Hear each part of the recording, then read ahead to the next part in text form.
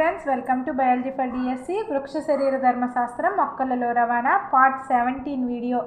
ఈ వీడియోలో మనం బాష్పోత్సేకం, కిరణజన్య సంయోగ క్రియ, ఒక సర్దుబాటు ఈ అంశాన్ని గురించి డిస్కస్ చేద్దాం. బాష్పోత్సేకానికి అనేక ప్రయోజనాలు ఉన్నాయి. అవి శోషణకు, రవాణాకు కావలసిన బాష్పోత్సేక కర్షణను సృష్టిస్తుంది. బాష్పోత్సేకం అనేది శోషణకు, రవాణాకు కావలసిన బాష్పోత్సేక కర్షణను సృష్టిస్తుంది. కిరణజన్య సంయోగ క్రియకు కావలసిన నీరు సరఫరా చేస్తుంది. బాష్పోత్సేకం అనేది కిరణజన్య సంయోగ క్రియకు కావలసిన నీటిని సరఫరా చేస్తుంది. నేల నుంచి మొక్క భాగాలకు ఖనిజాలను రవాణా చేస్తుంది. నేల నుంచి మొక్క భాగాలకు ఖనిజాలను రవాణా చేస్తుంది. బాష్పీభవన, శీతలీకరణ ద్వారా పత్ర ఉపరితలాన్ని కొన్నిసార్లు 10 నుంచి 15 డిగ్రీల వరకు చల్లబరుస్తుంది. బాష్పీభవన, శీతలీకరణ ద్వారా పత్ర ఉపరితలాన్ని కొన్నిసార్లు ఎన్ని డిగ్రీల వరకు చల్లబరుస్తుంది? 10 నుంచి 15 డిగ్రీల వరకు చల్లబరుస్తుంది. దేని ద్వారా? బాష్పీభవన, శీతలీకరణ ద్వారా పత్ర ఉపరితలాన్ని 10 నుంచి 15 డిగ్రీల వరకు ఈ బాష్పోత్సేకం అనేది చల్లబరుస్తుంది. కణాలకు స్ఫీత స్థితిని కలిగించి ఆకారాన్ని, నిర్మాణాన్ని నిలుపుతుంది.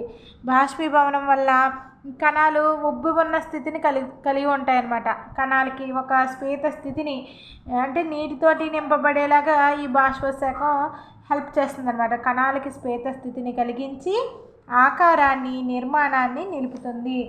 చురుకుగా కిరణజన్య సంయోగ క్రియ జరుపుకుంటున్న మొక్కకు అసంతుష్టమైన నీటి ఆవశ్యకత ఉంటుంది. చురుకుగా కిరణజన్య సంయోగ క్రియ జరుపుకుంటున్న మొక్కకు అసంతుష్టమైన నీటి ఆవశ్యకత ఉంటుంది. బాష్పోత్సేకం వలన వేగంగా జరిగే నీటి నష్టం కారణంగా కిరణజన్య సంయోగ క్రియకు నీరు అవధికారకమై ఉంటుంది. బాష్పోత్సేకం వల్ల వేగంగా జరిగే నీటి నష్టం కారణంగా కిరణజన్య సంయోగ క్రియకి నీరు అనేది అవధికారకమై ఉంటుంది.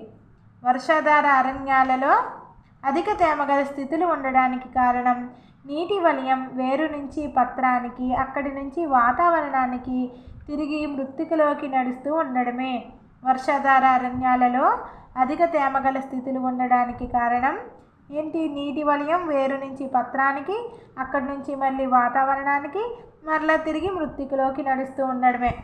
బాష్పోత్సేకం వలన మొక్క అత్యధికంగా నీరు కోల్పోయినప్పటికీ ఈ చర్య మొక్కలకు అనేక విధాలుగా ఉపయోగకరంగా ఉంటుంది. ఈ బాష్పోత్సేకం వలన నీరు అత్యధికంగా మొక్క అనేది నీరు కోల్పోతున్నప్పటికీ ఈ చర్య మొక్కలకి అనేక విధాలుగా ఈ బాష్పోత్సేకం హెల్ప్ అవుతుందన్నమాట.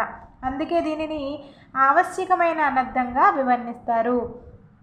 C4 కిరణజన్య సంయోగ క్రియా వ్యవస్థ పరిణామక్రమం బహుశా మొక్కలలో నీటి నష్టాన్ని తగ్గించి C4 కిరణజన్య సంయోగ క్రియా వ్యవస్థ పరిణామక్రమం బహుశా మొక్కలలో నీటి నష్టాన్ని తగ్గించి CO2 లభ్యతను పెంచే వ్యూహాలలో ఒకటిగా గుర్తించవచ్చు.